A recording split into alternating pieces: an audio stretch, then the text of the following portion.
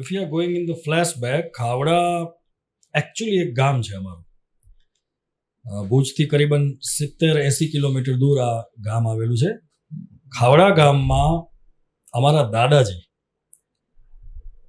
બહુ જ lower middle ક્લાસમાં કહી શકાય એવા પરિવારમાંથી આવે છે.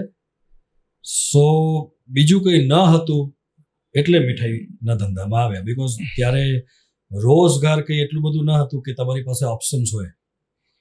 સો અમારા દાદાજીએ એપ્રોક્સિમેટ 1956માં એક નાનકડી દુકાન સ્ટાર્ટ કરી, કોલ્ડ માવજી ઓધવજી મેસુકવાલા.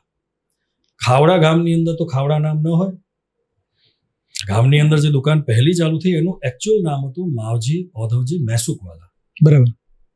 તો જે નામ છે એ પ્રમાણે સ્ટાર્ટ અમારી જર્નીનું થયું મેસુક નામની મીઠાઈથી, કે જે ખાવડા જ બનાવે છે એવું નથી, ઘણા લોકો બનાવે છે. But the way we are making it, જે રીતે અમારા દાદાજી મેસુક બનાવતા, જે પરફેક્શનથી બનાવતા, જે ક્વોલિટીથી બનાવતા, એ ધીરે ધીરે 1956થી સ્ટાર્ટ થયું.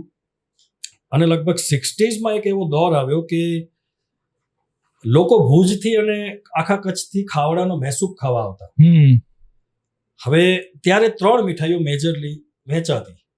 દાદા, અમારા વડીલ જે માવજીભાઈ કહીએ છીએ અમે, કે જેમનું સપનું હતું દાદાની લેગેસીને આગળ ધપાવવાનું. નહીં તો કેવું થાય કે આપણા અહીંયા કચ્છમાં એવી એક છે કે 1-2 પેઢી સુધી એક ધંધો ચાલે, then it get diminished or it get vanished in the air.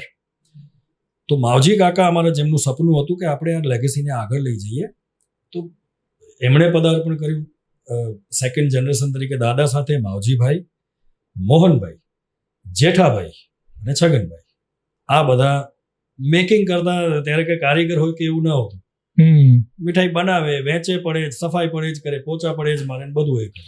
એટલે તમારા દાદાના 3 દીકરા? 4 દીકરા.